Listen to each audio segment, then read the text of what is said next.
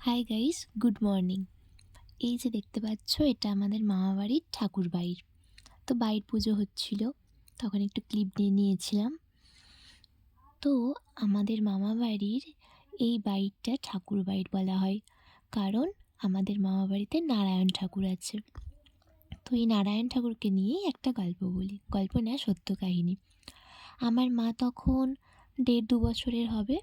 তো আমার দিদা মাকে মুড়ি খেতে বসিয়ে দিদা কাজ করছিল। তো মা কখন জানি এই ঠাকুর দুয়ারে উঠে পড়েছে, আর ঠিক তখনই ঠাকুর ঘরে পরিষ্কার করছিল আমার আর এক দিদা। তো দেখেছে যখন যে আমার মা আছে, এই দরজাটা বন্ধ না করে উনি ঠাকুরের থালা বাসনগুলো ধুতে গেছিলেন। তো মা গো এসে দেখে আমার মা সেই নারায়ণ শিলা নিয়ে এসে কুড়মুড়ি খেতে খেতে সেই বাটিতেই রেখে দিয়েছে। তো তখনকার যুগে 500 টাকা লেগেছিল ঠাকুর অভিষেক করাতে। তো যাই হোক, এটা একটা মজার কাহিনী ছিল। মা মা তখন তো অনেকটাই ছোট, মা তখন বুঝতো না।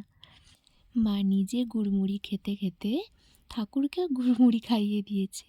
এনে পা মিলে বসে মা সেই নারায়ণ শিলাকে কোলে নিয়ে বসেছিলেন।